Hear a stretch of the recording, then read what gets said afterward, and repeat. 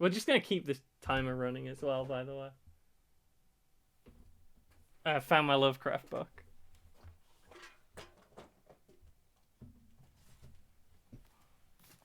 This book, I could genuinely kill a man with this book. This book is hefty. And we are looking for... Now, this might just be the spooky ones, which would be very disappointing. And we might actually have to... Hang on.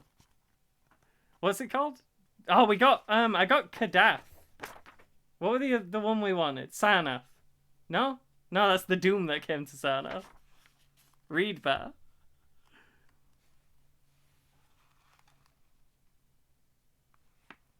Absolutely, Vigifam. Keep them coming.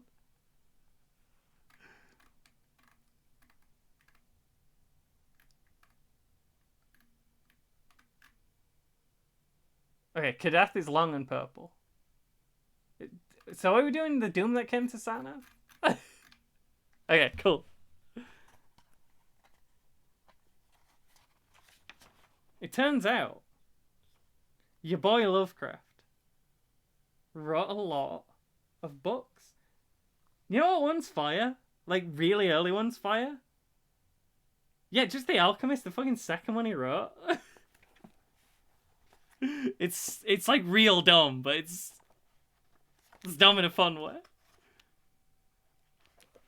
Okay, we're gonna read The Doom That Came to Sarnath. First, I'm gonna take a quick break. Please observe this picture of Gex and Bubsy.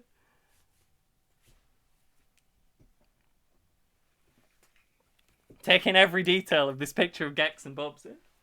It's very important.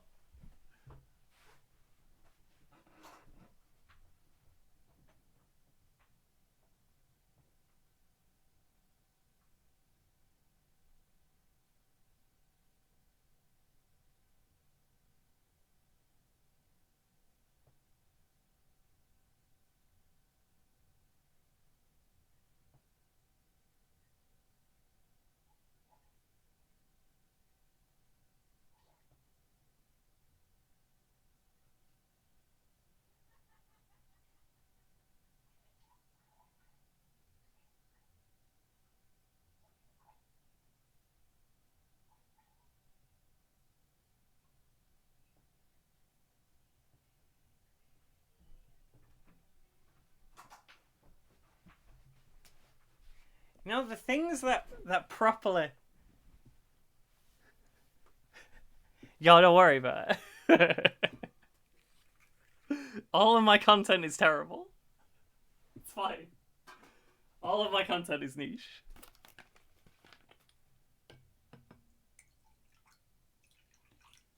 I honestly, like... I don't know. I don't really care about, doing anything anyone would want to watch beyond the couple of dang weirdos that watch my streams already. If we can pick up more dang weirdos along the way, then all the better. Yo, Vigifam, you make content? I'm gonna follow. But first, I'm gonna follow after the stream so no one knows how long it took me to navigate to your page. Wait, no, I can do that. Why am I'm not that old. I'm not that much of a boomer. It's fine, we'll do it later. I just realized everyone would see. I'd be streaming following you. Okay. Oh, this is pretty short. This is incredibly short. If his cat shows up in this, I'm going to be disappointed, Leeches.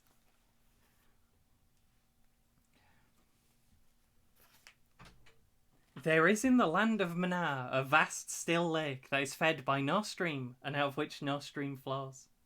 10,000 years ago, there stood by its shore the mighty city of Sarnath, but Sarnath stands there no more.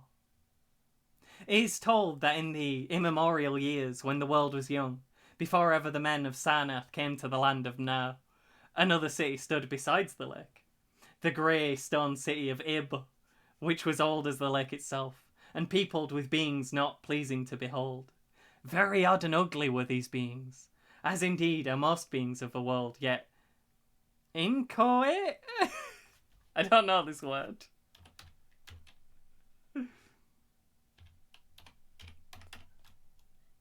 Please enjoy. I've lost my place. Hang on. Yeah, inchoate and rudely fashioned. Is that like incoherent, but like a different tense? I don't know. It is written on the brick cylinders of Cadatheron that the beings of Ib were in hue as green as the lake and the mists that rise above it. That they had bulging eyes, pouting, flabby lips, and curious ears, and were without voice. In chocolate, got it. It is also written that they descended one night from the moon in a mist, they and the vast still lake and greystone city of Ib. However this may be, it is certain that they worshipped a sea-green stone idol chiselled in the likeness of Bokrug, the great water lizard, before which they danced horribly. They did bad dances when the moon was gibbous. And it is written in the papyrus of Ilanek that they one day discovered fire, and thereafter kindled flames on many ceremonial occasions. But not much is written of these beings, because they lived in very ancient times, and man is young, and knows but little of the very ancient living things. After many aeons, men came to the land of Mnar, dark shepherd folk with their fleecy flocks, who built Thra, Ilanek, and Cadatheron on the winding river Ai. And certain tribes, more hardy than the rest, pushed on to the border of the lake and built Sarnath at the spot where precious metals were found in the earth. Not far from the grey city of Ib did the wandering tribes lay the first stones of Sarnath, and at the beings of Ib they marvelled greatly.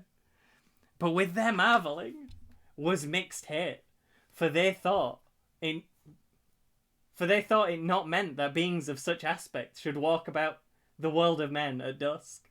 Nor did they like the strange sculptures upon the grey monoliths of Ib, for those sculptures were terrible with great antiquity. When he uses terrible like this, it's like, to me, it's just Lovecraft yelling at statues. The statue's bad. Who would make a statue this bad? Why the beings and sculptures lingered so late in the world, even until the coming of men, none can tell. Unless it was because the land of Mnar is very still and remote from most other lands, both of waking and of dream. As the men of Sarnath beheld more of the beings of Ib, their hate grew, and it was not less because they found the beings weak and soft as jelly to the touch of stones and spears and arrows. So one day the young warriors, the slingers and the spearmen and the bowmen, marched against Ib and slew all the inhabitants thereof, pushing the queer bodies into the lake with long spears, because they did not wish to touch them. And because they did not like the grey sculptured monoliths of Ib, they cast these also into the lake, wondering from the greatness of the labour, however the stones were brought from afar, as they must have been, since there is naught like them in all the land of Mnar, or in the lakes adjacent. Thus of the very ancient city of Ib was nothing spared, save the sea-green stone idol chiselled in the likeness of Bokrug, the water lizard. This the young warriors took back with them to Sarnath as a symbol of conquest over the old gods and beings of Ib, and a sign of leadership in Mnar. But on the night after it was set up in the temple, a terrible thing must have happened, for weird lights were seen over the lake, and in the morning the people found the idol gone, and the high priest Taran Ish lying dead, as from some fear unspeakable. And before he died, Taran Ish had scrawled upon the altar of chrysolite, with coarse shaky strokes, the sign of doom! Did I not say the whole great water lizard? They've got idols of the great lizard all over here. I mean, if it's the water lizard, it's probably not Gex. Probably not Gex. He does die on contact with water, but he's learned to swim by the third game.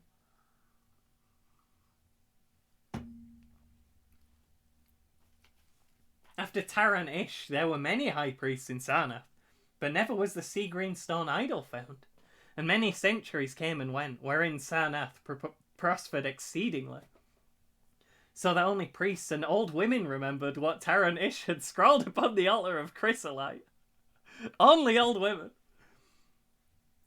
Betwixt Sarnath and the city of Ilanek arose a caravan route, and the precious metals from the earth were exchanged for other metals, and rare cloths, jewels, and books, and tools for artificers and all things of luxury. This is a real sentence that does not have any commas in. I have not read this wrong. Okay. Betwixt Sarnath and the city of Ilanek arose a caravan route, comma, and the precious metals from the earth were exchanged for other metals, and rare cloths, and jewels, and books, and tools were exchanged for other metals and rare cloths. I think I've gone back. And tools for artificers, and all things of luxury that are known to the people who dwell along the winding river Eye and beyond. So Sarnath waxed mighty and learned and... Okay. So Sarnath waxed mighty and learned and beautiful, and sent forth conquering armies to subdue the neighbouring cities.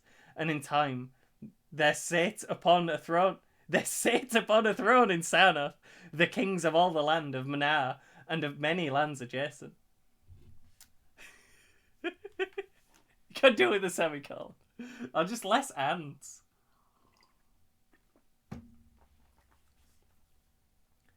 The wonder of the world and the pride of all mankind was Sarnath, the magnificent, of polished desert quarried marble, where its walls, in height 300 cubits and in breadth 75, so that chariots might pass each other as men drave them along the top.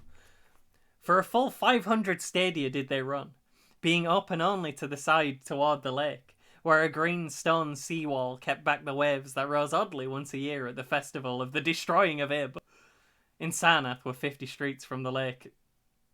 Yeah, this is... I keep thinking I've got it wrong, but it's just because it's old and written weird.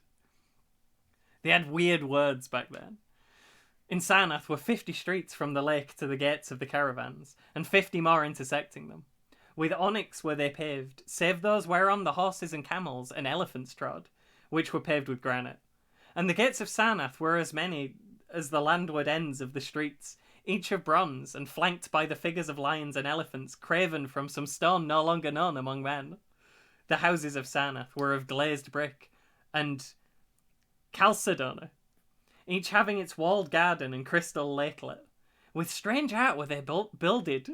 With strange art were they builded, for no other city had houses like them.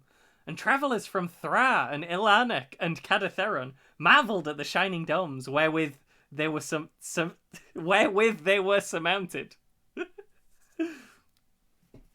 But more marvellous still were the palaces and temples and the gardens made by Zokar the Olden King. There were many... This is just a list of fantasy names. There were many palaces, the least of which were mightier than any in Thra or Ilanek or Cadatheron. So high were they that one within might sometimes fancy himself beneath only the sky. Yet when lighted with torches dipped in the oil of Dotha, their walls shewed vast paintings of kings and armies, of a splendour at once inspiring and stupefying to the beholder. Many were the pillars of the palaces, all of tinted marble, and graven into designs of surpassing beauty. And in most of the palaces the floors were mosaics of beryl and lapis lazuli, and sardonyx and carbuncle, and other choice materials, so disposed that the beholder might fancy himself walking over the beds of the rarest flowers. And there were likewise fountains, which cast scented waters about in pleasing jets, arranged with cunning art. Outshining all others was the palace of the kings of Mnar and of the lands adjacent. On a pair of golden, crouching lions rested the throne, many steps above the gleaming floor, and it was wrought of one piece of ivory, though no man lives who knows whence so vast a piece could have come.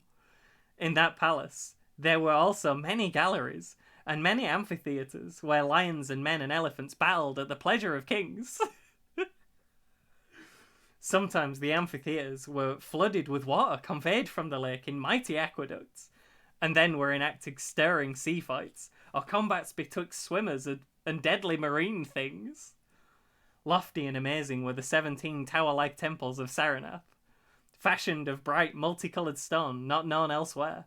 A full 1,000 cubits high stood the greatest among them, wherein the high priest dwelt with a magnificence scarce less than that of the kings.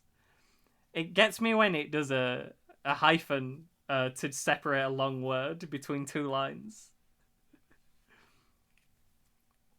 A lot of reading when you're dyslexic is trying to predict what the word probably is from the limited information you can gather from your eyeballs.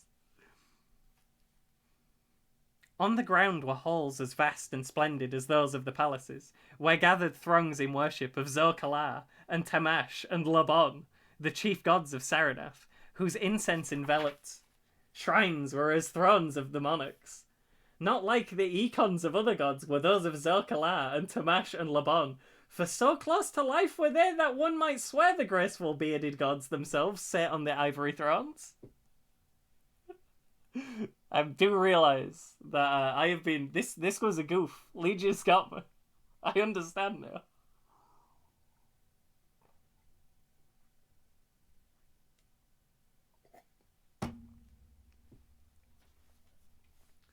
On up unending steps of shining zircon was the tower chamber wherefrom the high priest looked out over the city and the plains and the lake by day,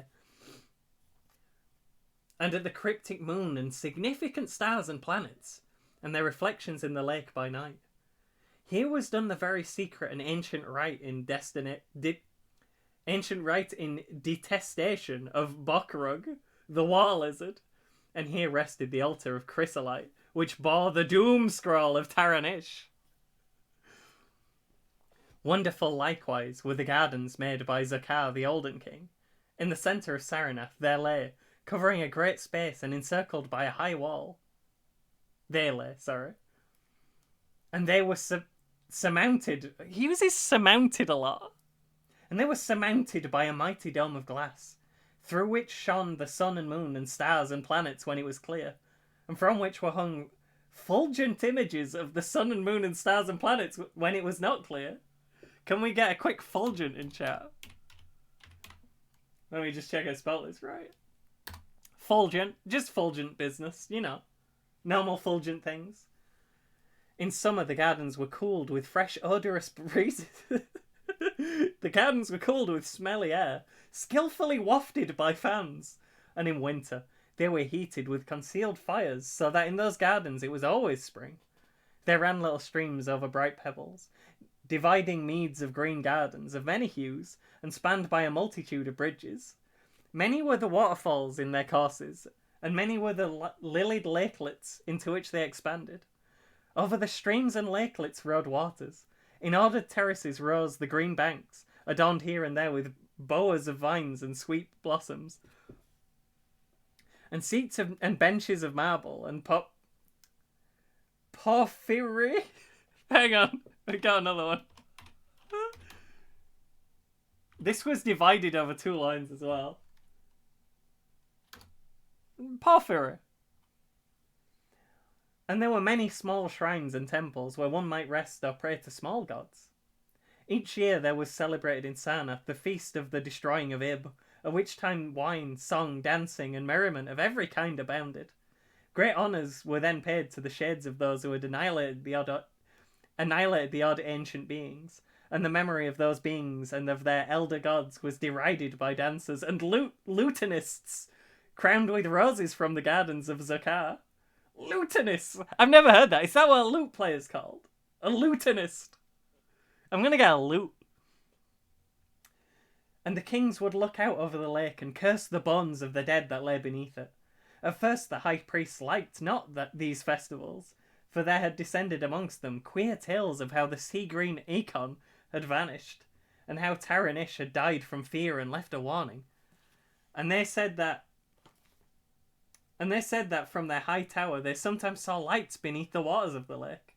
But as many years passed without calamity, even the priests laughed and cursed and joined in the orgies of the feasters.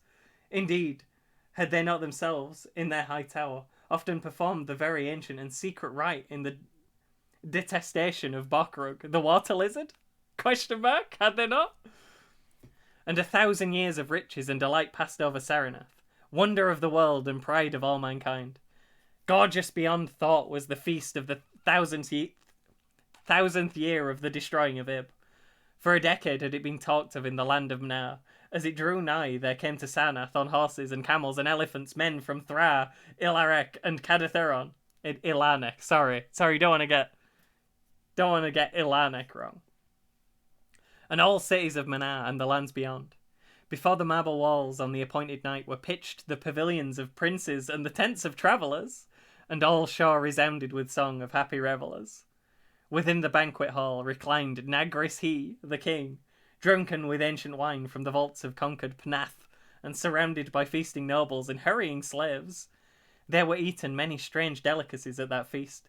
Peacocks from the Isles of Nariel, in the middle ocean, young goats from the distant hills of Implan, heels of camels from the Benazik desert, nuts and spices from Sidathirian groves, and pearls from the wave-washed metal dissolved in the vinegar of Thra. Of sauces there were an untold number, prepared by the subtlest cooks in all of Mnar. No one noticed the cooks coming into the building. The food just seemed to appear out of nowhere, and suited to the palate of every feaster. But most prized of all the viands... Viands? I'm not even going to pass that one. Viands. Viands. Were the great fishes from the lake, each of vast size, and served up on golden platters set with rubies and diamonds. Do not eat the rubies and diamonds. Those are for show on. Whilst the king and his nobles feasted within the palace, and viewed the crowning dish as it awaited them on golden platters, others feasted elsewhere. In the tower of the great temples, the priests held revels, and in pavilions without the walls, the princes of neighbouring lands made merry. And it was the high priest Ganaka who first saw the shadows that descended from the gibbous moon into the lake, and the damnable green mists that arose from the lake to meet the moon and to shroud in a sinister haze the towers and domes of fated Sarnath. Thereafter, those in the towers and without the walls beheld strange lights on the water, and saw that the grey rock, Akurion, which was wont to rear high above it near the shore, was almost submerged, and fear grew vaguely, yet swiftly, so that the princes of Ilanek and of Far Rakol took down and folded their tents and pavilions, and departed for the River Ai, though they scarce knew the reason for their departing. Then, close to the hour of midnight, all the bronze gates of Sarnath burst open and emptied forth a frenzied throng that blackened the plain, so that all the visiting princes and travellers fled away in fright. For on the faces of this throng was a writ of madness born of horror unendurable, and on their tongues were words so terrible that no hearer paused for proof. Men whose eyes were wild with fear shrieked aloud of the sight within the king's banquet hall, where through the windows were seen no longer the forms of Nagris he and his nobles and slaves, but a horde of indescribable green voiceless things with bulging eyes, pouting, flabby lips and curious ears, things which danced horribly, bearing in their paws golden platters set with rubies and diamonds containing uncouth flames. And the princes and travellers, as they fled from the doomed city of Sarnath, on horses and camels and elephants, looked again upon the mist-begetting lake and saw the grey rock Akurion was quite submerged.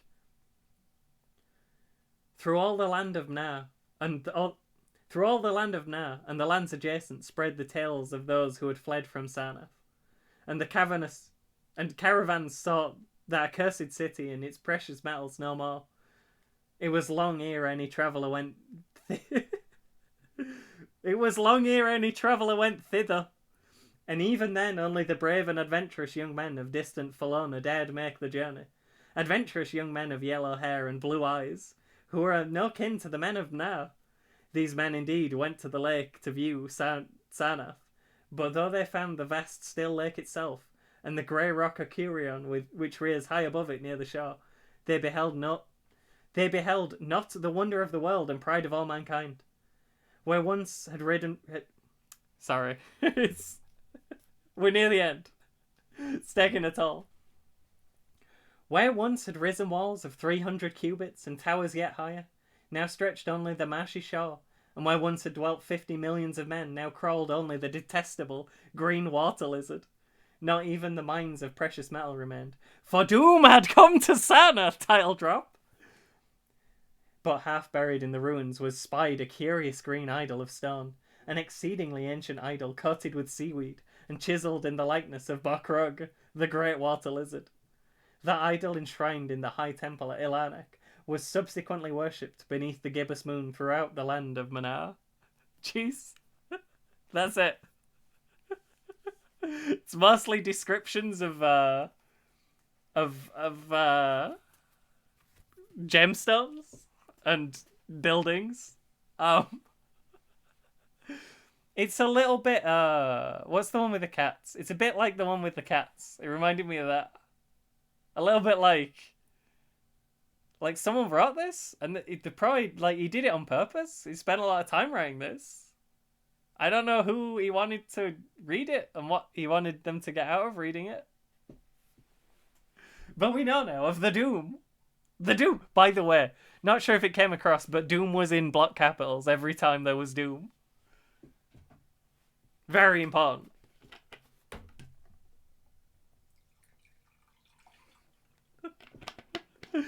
What are we doing next on...